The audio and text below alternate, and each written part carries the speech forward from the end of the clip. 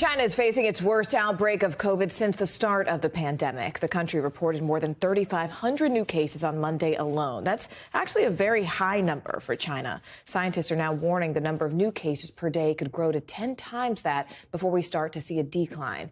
NBC News foreign correspondent Janis Mackey Freyer is in Beijing. Aaron and Morgan, the worry here is the pace of this surge. Cases are doubling each day. The numbers are at a 2-year high. And there's also concern about the economic cost of all the restrictions that China puts in place to get the virus under control. The biggest caseload is in the northeastern province of Jilin, along the border with North Korea. The whole province has been locked down.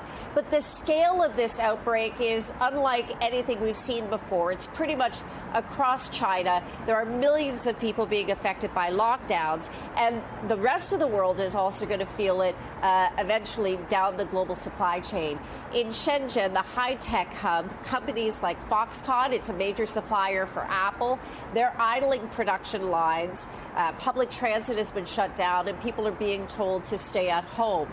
Shenzhen also has the 4th largest port in the world that does a lot of trade with the U.S. 90% of Chinese electronic goods goes through the Yantian port. So far, it's okay, but the worry is that it could get shut down by COVID.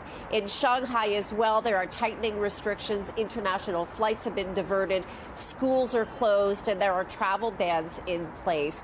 Now, the caseload overall is small by global standards, but for China, it's quite big. The zero COVID policy here has kept the pandemic largely under control, but what it's also done is create a country that doesn't have a lot of experience with having to test immunity. So it's why officials are concerned that the system, the hospital system, is going to get overwhelmed. China's approach is to isolate every positive case and to quarantine every close contact. There are also signs of strain on the testing system, so they're now trying to introduce rapid tests that people can use at home. But these are challenging days for the zero COVID policy. Nearly 70 million people are affected by lockdowns or partial lockdowns, and the rest of the country is being told to stay put. Aaron and Morgan.